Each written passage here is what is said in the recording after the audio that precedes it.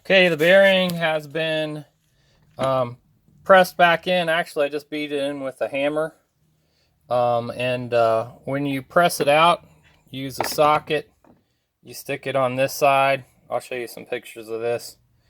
Stick it on this side, make it so it just fits on that inner race.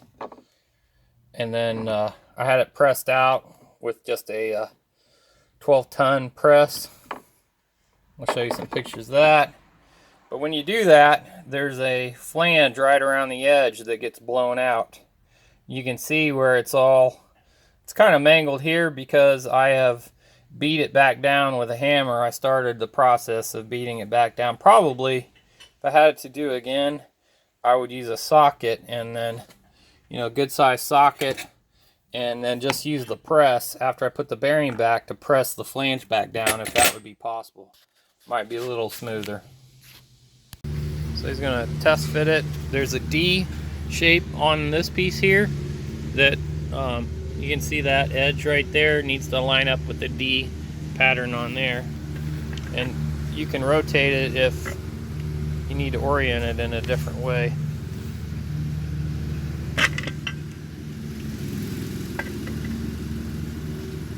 Oh, you know what? When that locks in, it locks in permanent. Yeah. But I think the top piece is symmetric. No, it isn't symmetric.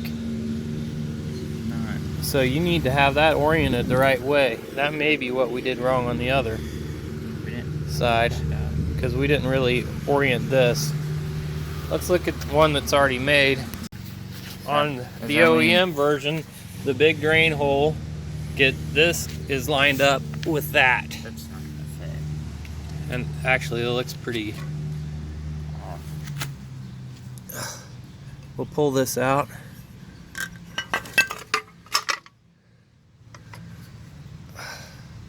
So the drain hole gets lined up with that, right? Sure. Oh.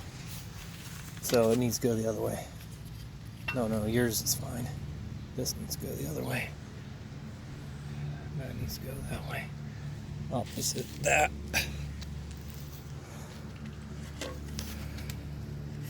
It's nowhere close to lining I wonder why.